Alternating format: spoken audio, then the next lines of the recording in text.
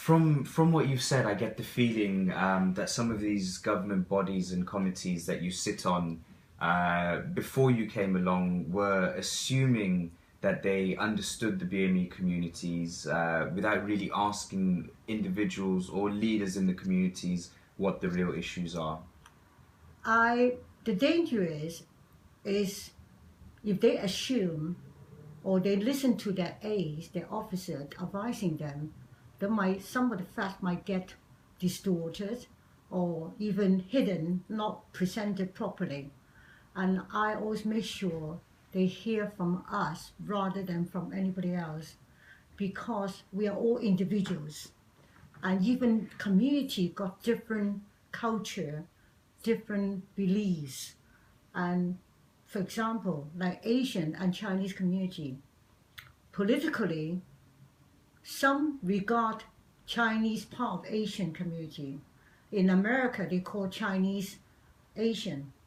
They do not call Chinese. But in here, some government officers call them Orientals, but a lot of them, most of them do call Chinese Chinese. But even when I was working with the BME community in Bristol, some people in the Asian community say Chinese is not Asian. So in a way, even we are confused where we stand. In spite, we are the largest population in Asia, but we are not being called as Asian. So in a way, you don't know. But however, before I came along, even Bristol, they never had a box for ethnicity, you know. They never had a box for Chinese. And I made sure Chinese on the map. So I did, and I made them do it now. They are doing it now. But before, you don't see Chinese.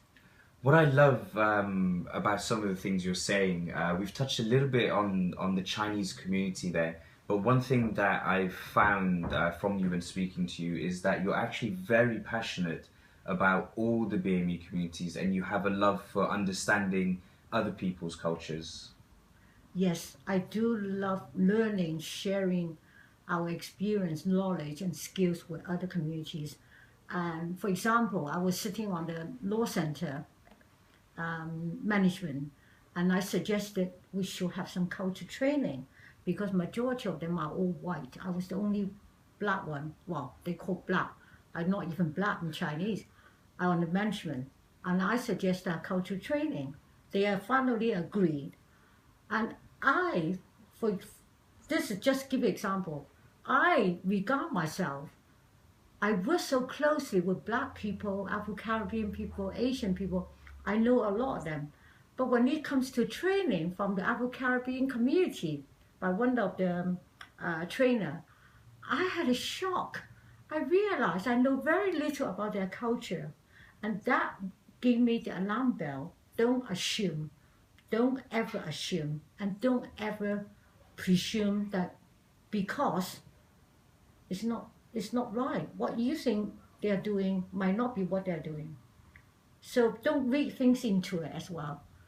If you don't understand, if you don't know, don't just assume you know something there.